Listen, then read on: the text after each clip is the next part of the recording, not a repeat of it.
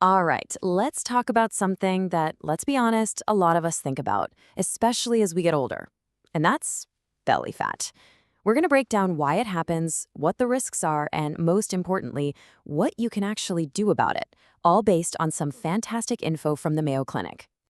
So let me ask you this right off the bat. What does your waistline say about your health?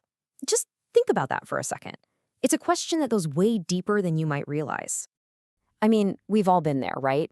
That little sigh of frustration when you grab your favorite jeans and, nope, not today. But that feeling, that expanding waistline, is actually a signal for something way more important than your wardrobe. So, yeah, let's just dive right in and call this what it is, the waistline problem.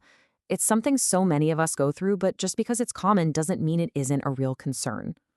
For so many women, it just feels like this is the price of getting older. Body fat has a funny way of shifting to the abdomen, especially after menopause, and it can seem like it happens overnight. But it's so important to understand what's really going on under the surface. And that's the perfect lead in to our next point, because this whole issue is truly more than skin deep.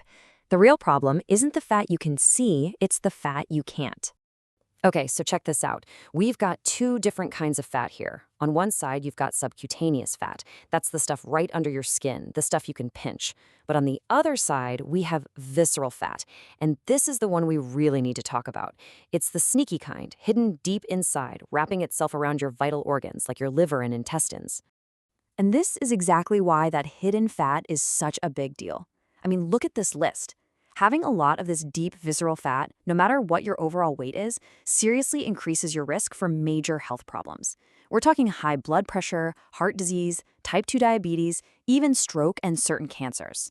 This really isn't about fitting into your clothes anymore. This is about your fundamental long-term health. Okay, so why does this happen? Why does our body start storing fat here, of all places? Let's break down the main reasons. Your weight really boils down to a few things. A big piece of the puzzle is, of course, your daily calorie balance, what you take in versus what you burn. But age is a huge factor too. As we get older, we naturally lose muscle, and that slows down our metabolism. And for women, a huge one is estrogen. After menopause, those lower estrogen levels basically tell our bodies, hey, let's serve fat around the abdomen now, instead of the hips. And yep, you can thank your parents for some of it too. Genetics definitely play a role. But the good news is, you don't have to just wonder or worry about this. This next part is all about taking back some control, about giving you a simple way to figure out where you stand. It's time to know your number.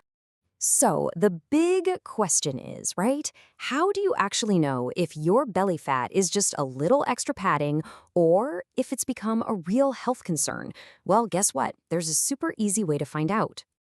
All you need is a simple tape measure. Okay, you ready? First, stand up straight and wrap the tape measure around your bare stomach, just a little bit above your hip bone.